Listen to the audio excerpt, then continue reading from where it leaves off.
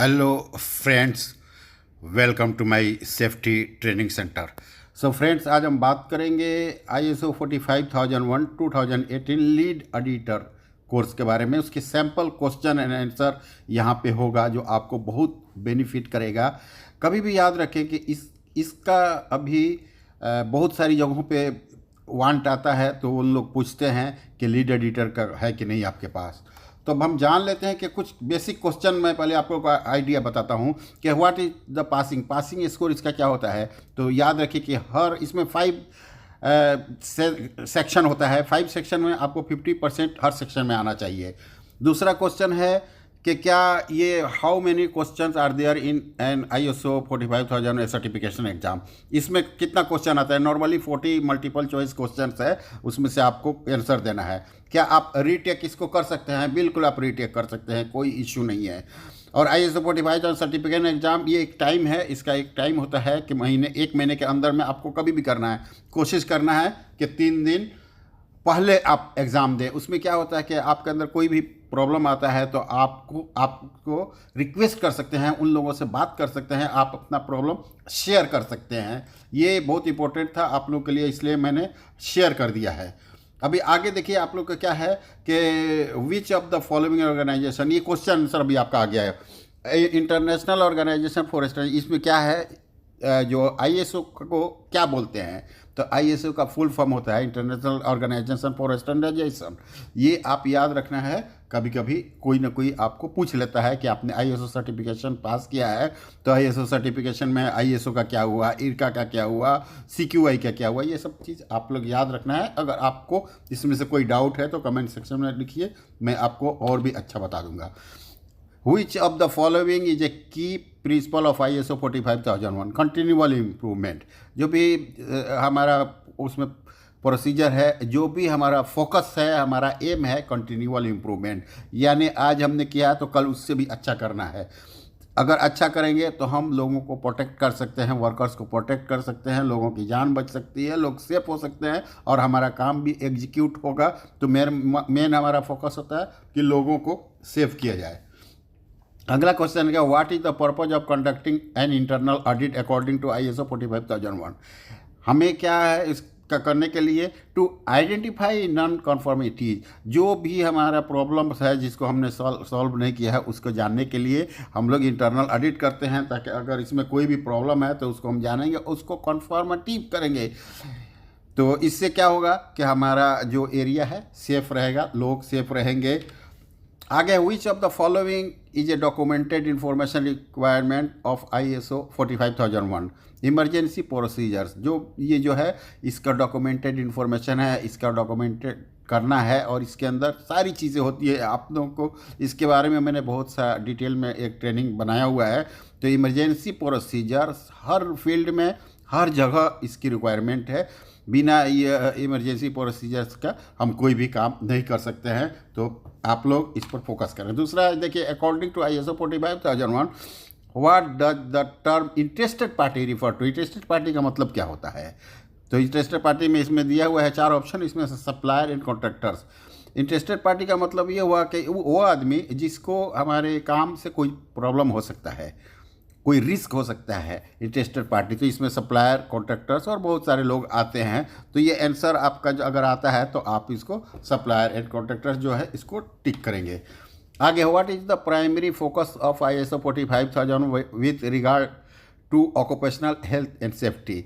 तो जो ये इसका प्राइमरी फोकस क्या है, प्राइमरी इसका तो मेन फोकस है कि हमें एक लीगल रिक्वायरमेंट जो भी है उसको कंप्लाइंस करना है, लीगल रिक्वायरमेंट को बाईपास नहीं करना है। हर कंट्री में लीगल रिक्वायरमेंट को हमें फॉलो करना पड़ता है। तो जैसे भी रिक्वायरमेंट है, जिस कंट्री का जो रिक्वायरमेंट है उसे हमें फॉलो करना है, ताकि कोई भी प्रॉब्लम नहीं आए। आगे क्वेश्चन है कि what does the term monitoring refer to in the context of ISO 45001। इसमें ISO 45001 की जो बुक है उसके अंदर मॉनिटरिंग है, उसका मतलब क्या होता है। या आपको ऐसे भी इंटरव्यू में पूछेगा तो लोग अपनी तरफ से जो फैब्रिकेटेड आंसर देते हैं, उससे बेहतर है कि आपके सामने एक प्रोफेशनल वे में एक आंसर है कि regular review of performance. Monitoring का सिस्टम वो है कि रेगुलर हमें साइट पे जाके देखना है कि काम कैसे चल रहा है। आगे आंसर है कि how can an organisation demonstrate its commitment to improving occupational health and safety performance according to ISO 45001। कैसे करेंगे? तो by investing in training and resources. जो भी रिसोर्सेज हमें मिलता है, अगर रिसोर्सेज हमारे पास नहीं होगा तो हम काम करने में सक्सेस नहीं होंगे। जब भी ट्रेनिंग हम करेंगे तभी लोगों को मालूम पड़ेगा कि हमने हमारा परफॉर्मेंस को इवैल्यूएट कैसे करेंगे। आगे आपके लिए क्वेश्चन है कि what is the purpose of conducting a management review according to ISO 45001। Management review क्यों करते हैं, इसको कंडक्ट क्यों करते हैं? सिंपल सा आंसर दिया है कि to assess the effectiveness of the OHS management system. जो भी हमने OHS मैनेजमेंट सिस्टम को इम्प्लीमेंट किया है उसकी इफेक्टिवनेस क्या है, वो कामयाब कितना है, उसका असर कितना है हमारे ऊपर, इस चीज़ को जानने के लिए कंडक्टिंग किया जाता है। आगे देखिए कि according to ISO 45001 what is the purpose of establishing measurable objective at relevant functions and levels within the organisation. तो हमने यहाँ पे लिख दिया टू इनहेंस OHS परफॉर्मेंस, यानी मैंने हिंदी में मीनिंग भी लिख दिया है। शायद कुछ लोगों को थोड़ा डिस्टर्ब होता है, इसलिए मैंने मीनिंग क्यों लिखता हूँ, ताकि लोगों को 100% मेरी बात समझ में आए, और ट्रेनिंग भी देता हूँ। तो इसको बढ़ाने के लिए हम लोग इसको यूज़ करते हैं। आगे देखिए which of the following is a key benefit of implementing ISO 45001। ये क्या है? Improve employee morale and engagement. जो भी आदमी लोग काम करते हैं, इसका मकसद हमारा यही होता है कि बेनिफिट क्या है इम्प्लीमेंटिंग, क्या के लोग जो उनका मनोबल है, जो उन मोरल है, जो इनके अंदर जो चीज़ है वो उसको इम्प्रूव किया जा सके और उनको इंगेज किया जा सके। इसके लिए हमें इस चीज़ को, इसका बेनिफिट ये है। What does ISO 45001 recommend regarding the involvement of workers in the implementation of the OHS management system? यानी वर्कर्स को हम क्यों इंगेज करते हैं, इनकी ज़रूरत क्या है, उनसे क्या काम है? यहाँ पे दिया है workers should be consulted and encourage to participate. हमें वर्कर्स से बात करना है, उनको कंसल्ट करना है, उनको ताकि वो लोग पार्टिसिपेट करें, हमारे साथ इंगेज हो, हम इनकरेज करना है उनको, यही मकसद है। According to ISO 45001 what does the term OHS performance, क्या occupational health and safety performance का मतलब क्या होता है? तो आंसर भी आपके सामने क्लियर लिखा हुआ है कि the effectiveness of the OHS management system, यानी अभी इसके आगे भी एक आया था इसी तरह, यानी इसकी असर कितना है हमारे साथ OHS मैनेजमेंट सिस्टम के साथ। तो इन चीज़ों को जानने के लिए ये चीज़ें हमें OHS एंड परफॉर्मेंस किया जाता है। आगे देखिए how does ISO 45005 interested parties. पहले ऊपर भी आया था कॉन्ट्रैक्टर और सप्लायर्स। ये इंटरेस्टेड पार्टी मैंने वहाँ आपको बताया था कि जो आदमी OHS मैनेजमेंट सिस्टम से अफेक्टेड हो उसको इंटरेस्टेड पार्टी कहा जाता है। तो ये चीज़ आप बिल्कुल याद रखिएगा। और आप वो एग्जाम्पल था ऊपर वाला, कॉन्ट्रैक्टर, सप्लायर्स और भी लोग हैं, एम्प्लॉइज़, मैनेजर, हर लोग होते हैं।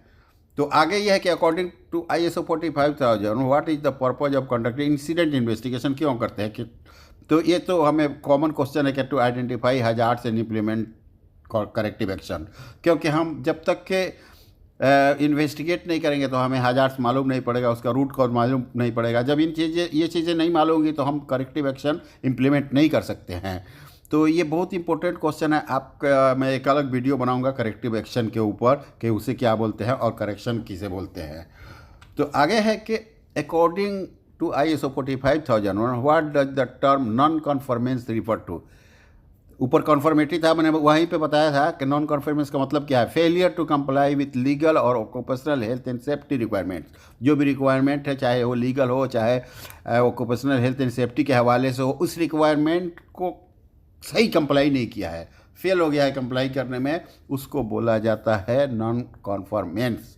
यानी नॉन कॉन्फॉर्मेंस इसके ऊपर और भी बहुत सारा वीडियो है। According to ISO 45000 what is the purpose of conducting internal audit. जो पहले भी था ये to verify non conformity and effectiveness of the OHS management system. जैसे क्वेश्चन उधर भी था, थोड़ा सा क्वेश्चन ये लोग चेंज कर करके आपको पूछेगा, लेकिन आपको समझ में आना चाहिए, इसलिए मैंने कई जगह पे इन चीज़ों को ऐड किया हुआ है कि जो भी वेरीफाई करना है कि जो भी नॉन कन्फर्मिटी, जो कन्फर्मिटी है, इफेक्टिवनेस है, उन चीज़ों को जानने के लिए। आगे देखिए आपके सामने कि प्रिवेंटिव एक्शन देखा। According to ISO 45001 what does the term preventive action refer to. इसका मतलब क्या? Preventive action taking action to eliminate the root cause of non conformities. इसका आंसर है यहाँ पे लिखा हुआ है। प्रिवेंटिव एक्शन का मतलब क्या होता है? उससे बचाए, कैसे बचा जाएगा, उसको बचाने के लिए क्या एक्शन है? तो हम एक्शन इसलिए लेते हैं कि रूट कॉज को निकाल दिया जाए जो नॉन कन्फर्मिटीज है, जो फुलफिल नहीं हुआ है उससे। आगे देखिए, according to ISO 45000 what is the purpose of establishing on occupational health and safety policy. Policy हर कंपनी में होता है, उसका प्रोसीजर है। जिस कंपनी में भी 5 आदमी से ज़्यादा होगा उसको पॉलिसी बनाना है, और पॉलिसी के अंदर उसकी कंपनी की हर चीज़ें होती है कि वो क्या प्रोडक्ट कर रहा है, थोड़ा हजार्ड्स कंट्रोल, रिस्पॉन्सिबिलिटी, बहुत सारी चीज़ें उसमें लिखी होती है। तो ये to provide a framework for setting OHS objective, जो ऑब्जेक्टिव है उसको सेटअप करने के लिए पॉलिसी बनाया जाता है। According to ISO 45000 what is the purpose of conducting hazard identification. Hazard identification हम खतरे को क्यों आइडेंटिफाई कर? Because to identify potential sources of harm. आदमी को खतरे से कैसे बचाया जाएगा, इसका सोर्स क्या है, इससे बचा कैसे जाएगा, इन चीज़ों को जानने के लिए हम हजार्ड आइडेंटिफिकेशन करते हैं, ताकि अगर हम ये जान जाएंगे तो हम उस खतरे से जो भी लोग हैं उससे उन्हें बचा सकते हैं और उनको सेफ उनके घर पे भेज सकते हैं। According to ISO 45000 what is the purpose of establishing measurable OHS and objectives to enhance OHS performance.